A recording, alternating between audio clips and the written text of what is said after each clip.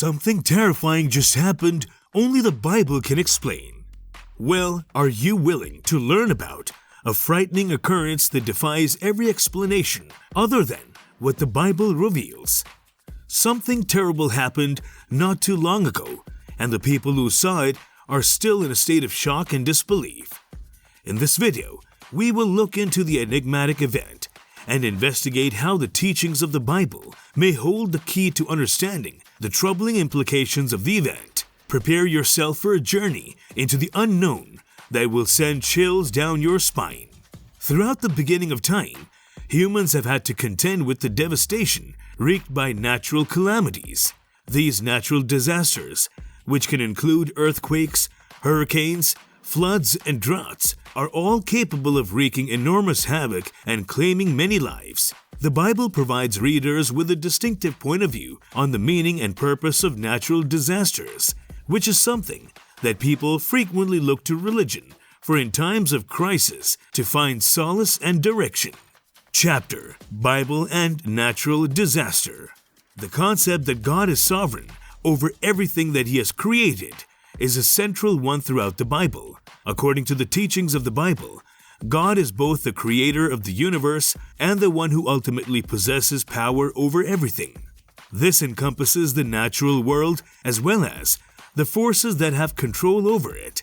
As a result, the Bible seems to imply that natural calamities are not merely the result of random actions of nature, but rather are an integral element of God's purpose for the world. The Bible refers to natural calamities as indicators that the end times are near, as well as reminders of the effects that sin has on the world. In Matthew chapter 24, verse 7 and 8, Jesus describes earthquakes, famines, and wars as the beginning of birth pangs, marking the advent of the end of the world. He also compares these events to the coming of the Son of Man. The breaking of the sixth seal is depicted in Revelation chapter 6, verse 12 and 14. As being accompanied by a devastating earthquake, the darkness of the sun and moon, and the precipitation of stars from the heavens. Despite this, the Bible can be a source of encouragement and solace when dealing with the aftermath of natural disasters. Psalm chapter 46, verse 1-3 proclaims that God is our shelter and strength in times of distress, and that we do not need to fear even if the earth gives way and the mountains fall into the sea, because God is our refuge and strength in times of trouble. In the book of Isaiah, chapter 41, verse 10, God gives us the promise that we do not need to be scared because He is with us and will uphold us with the righteous hand of God. The Bible teaches that God is a loving and compassionate God, even amid natural disasters. This is one of the central messages of the Bible. In the New Testament, Jesus exhibits this love via His ministry of healing and through His willingness to suffer and die on the cross for the sins of the world. Both of these events take place in the context of the atonement for sin. In 2 Corinthians chapter 1, verse 3 and 4, the Apostle Paul states that God comforts us in all of our tribulations, so that we may comfort others in their tribulations. Why would God allow such a terrible natural disaster to strike Turkey and Syria?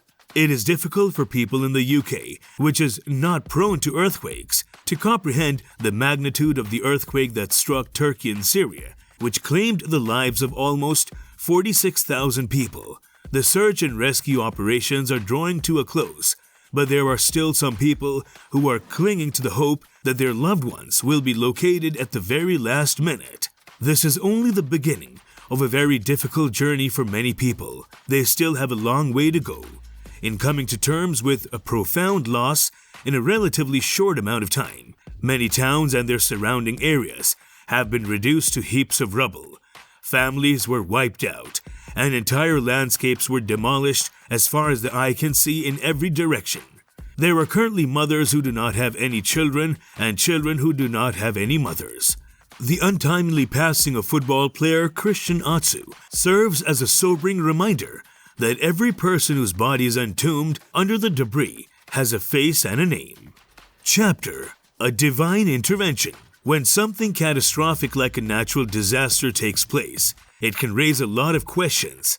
If there is a God, then why do terrible things still occur?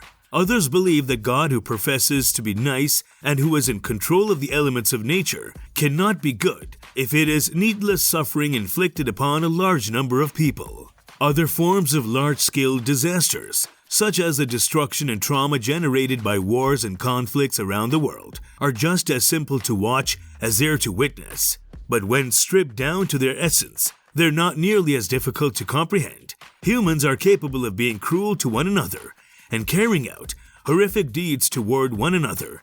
The fact that it will soon have been a year since Russia invaded Ukraine serves as a sobering reminder that individuals can make both positive and negative uses of their freedom. Yet natural disasters such as earthquakes are in a league of their own. People don't seem to trigger natural disasters. Instead, it would appear that they occur despite them. The acts of God clause in our insurance coverage protects us from financial loss. Do you perceive them in this way? But what kind of God would allow anything like that to happen? Surely not anything that merits some thought. If God has a power to divide oceans and still violent storms, then He must have the ability to prevent natural disasters from occurring. Or even better, why not just construct a planet where they don't exist at all? In the end, the Bible teaches that God is in control of everything, even natural calamities. This includes both the good and the bad. Even while we might not comprehend why things of this nature happen, we can have faith that God is working all things together for the good of those who love Him. Romans chapter 8 verse 28. Chapter: The Lord is always on our side.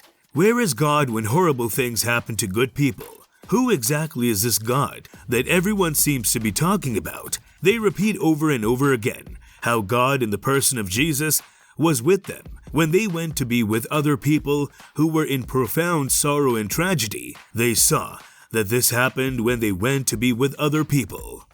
There is no simple answer to this problem, but according to the narrative of Christianity, God establishes a relationship with the humans He created, not by instructing them in how to cope with calamities, but by inserting Himself into the course of human history to be with us and assist us through all our suffering and loss, especially if our darkest fears come true, and to do it in a manner that is kind and understanding.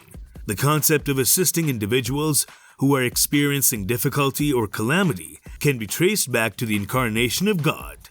Jesus came to us, but He also makes Himself available to us if we want to travel to Him. He is someone to whom we may bring our sorrow and trauma, and He does not ask us to ignore it or bury it. He is someone to whom we can take our anguish and suffering, because Jesus suffered like us and for us on a cruel Roman cross.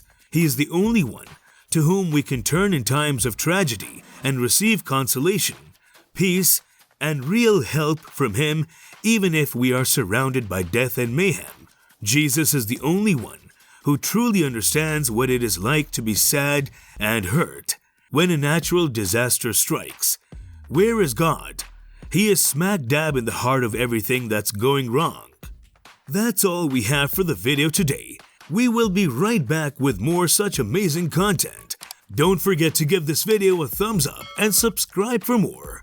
Thank you for watching.